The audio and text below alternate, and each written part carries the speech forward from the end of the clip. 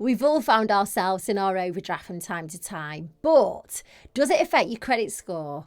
The answer isn't a straightforward yes or no, so I'll talk you through it now. A combination of the cost of living crisis, big events like Christmas and birthdays can mean that we eat into our overdraft a bit more than we'd like to. Technically, you are borrowing money that doesn't belong to you, so it is seen as a debt. There are two types of overdraft: an authorised overdraft, which has been pre-arranged with your bank, and an unauthorised overdraft, which is when you spend beyond your limit. Both of these types can affect your credit score, but it all depends on how you use it. Just having an overdraft that you don't use very often or you just dip slightly in and out of won't make much of an impact on your credit score. Generally, the way your credit score works is if you have a habit of using your credit and paying it back quickly, it goes in your favour.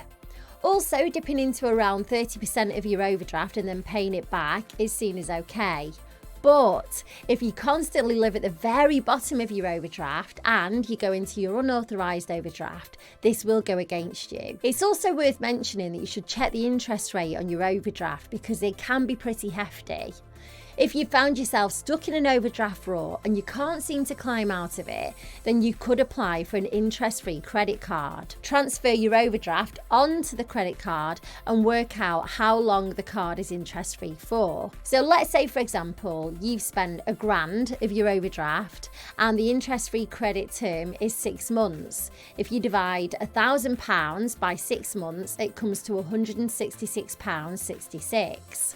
If you pay that amount off every month for half a year, it'll be gone. Normally, overdrafts are around 39% interest, so that soon mounts up on top of what you've already borrowed.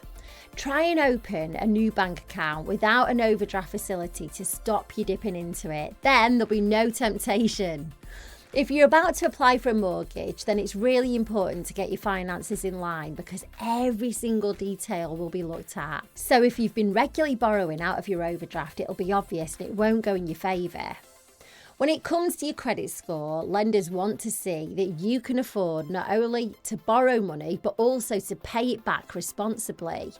Try not to max your credit limits, make your payments on time, and show that you can borrow and pay the money back.